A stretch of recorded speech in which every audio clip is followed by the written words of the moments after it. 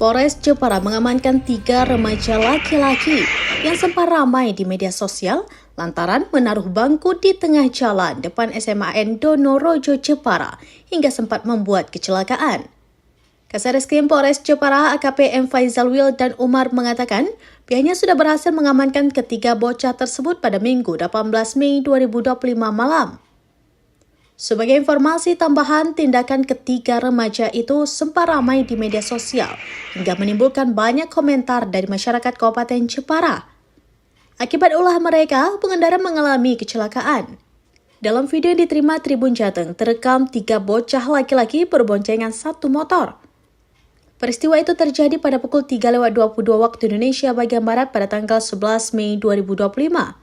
Tiba-tiba, bocah berbaju kuning yang mengendarai motor itu turun di depan ruko yang berada di depan SMAN Donorojo. Saat dua temannya masih berada di atas motor, bocah itu langsung mengambil sebuah bangku. Bangku itu lantas ditaruh di tengah jalan.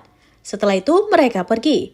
Selang beberapa menit, tepatnya pada pukul 3:46, muncul pengendara sepeda motor yang melintas di jalur itu dengan kecepatan cukup kencang. Tanpa menyadari adanya bangku di tengah jalan, pengendara itu menabraknya hingga terjatuh. Sementara motor korban bahkan sempat mengeluarkan percikan api akibat gesekan dengan permukaan aspal.